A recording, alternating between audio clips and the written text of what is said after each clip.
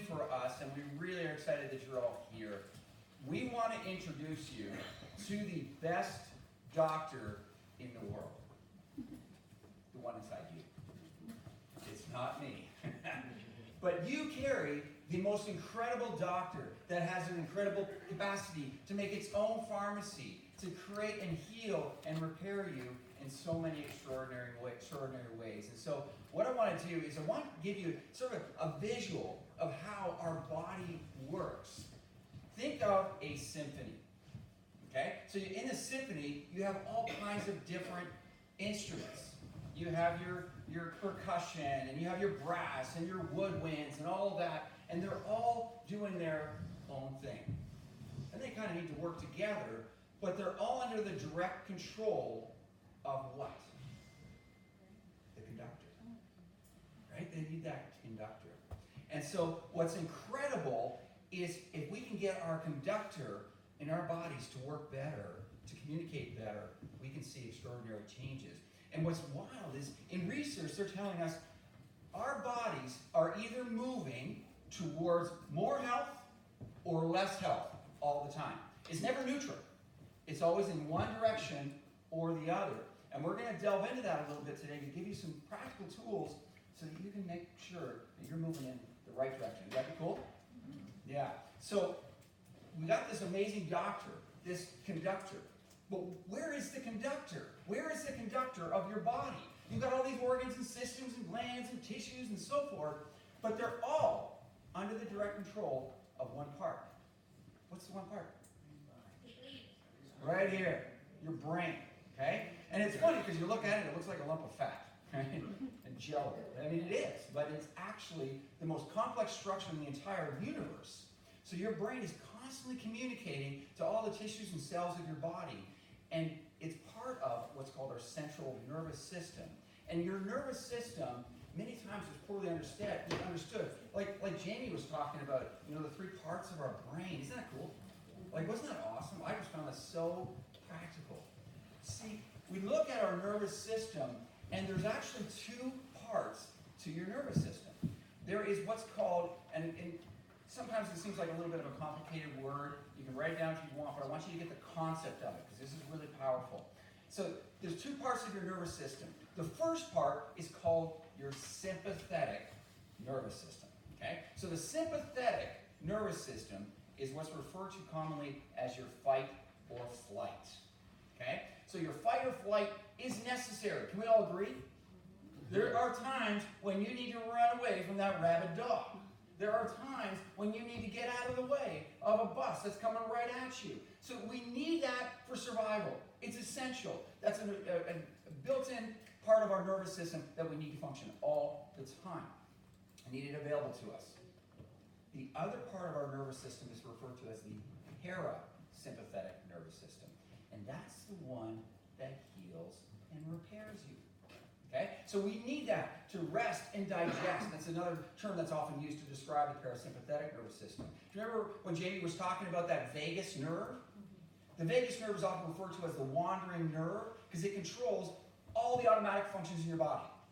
The things that you don't even have to worry about thinking about, your digestion, your immune system, all these things are under control of the vagus nerve.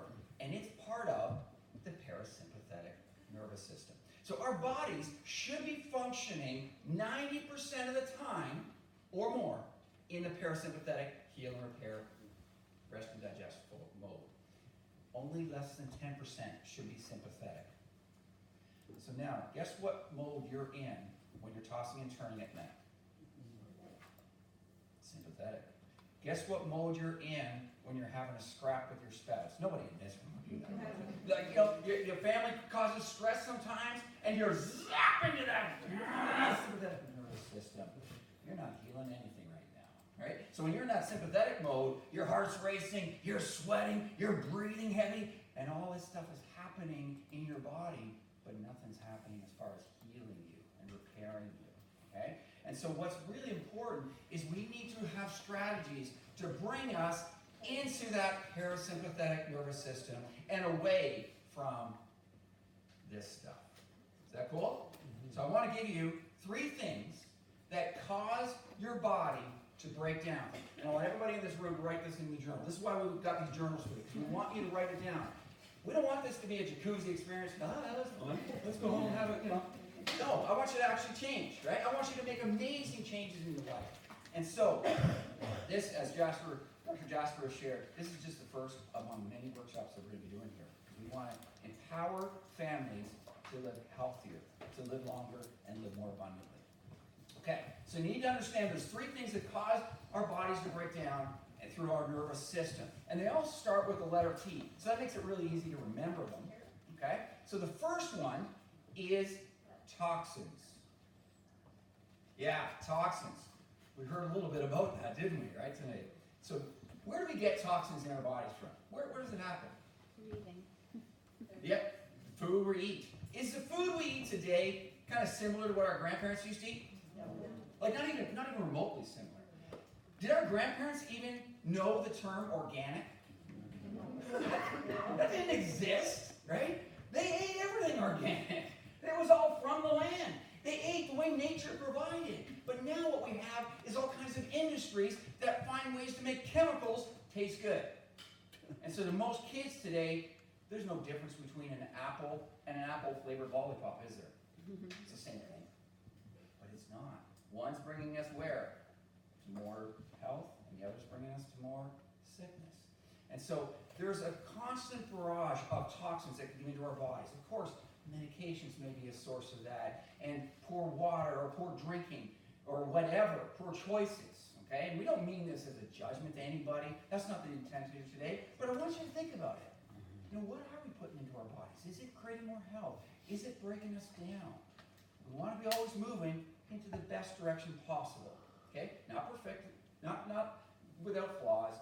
That's okay, but we want to be working towards getting better and better. Does that sound cool? Right? So I want you to think about it today. When you go home, what toxins am I putting into my body, and how can I change that? Because here's what is wild about the toxins. The toxins cause a breakdown of the communication from your brain to your body. The toxins move you into that sympathetic stress response, whereas healthy nutrients actually build your parasympathetic nervous system and calm you down with the right hormones and all these other things that we need to function, heal, and repair. Okay? So the first T. The second T is traumas. Traumas. Anybody ever had a fall on the ice? Anybody ever have a trip downstairs? Anybody go down a whole flight of stairs? Oh, yeah. We had car accidents, falls off skateboards. We do a lot of silly stuff, and you know what? Not just kids either, right? You think about all the falls you had as a kid. Falling off of jungle gyms and having, a ball come flying across the gym and hit you on the head. We have all kinds of traumas that happen to us. But one trauma that is often missed is the most significant trauma I have ever seen in the last 25 years in practicing with thousands of people and experiencing what's going on. The most significant trauma that we experience, most people, in fact, no people actually even remember it to themselves. Anybody know what I'm talking about? Birth. Yeah.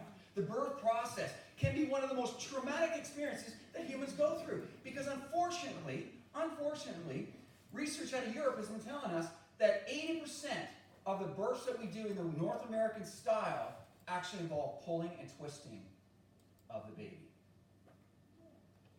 That's not a good thing, guys.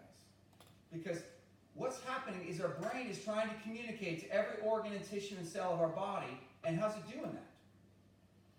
Through these billion wires called our spinal cord. And those billion wires, they have the texture of Jell-O.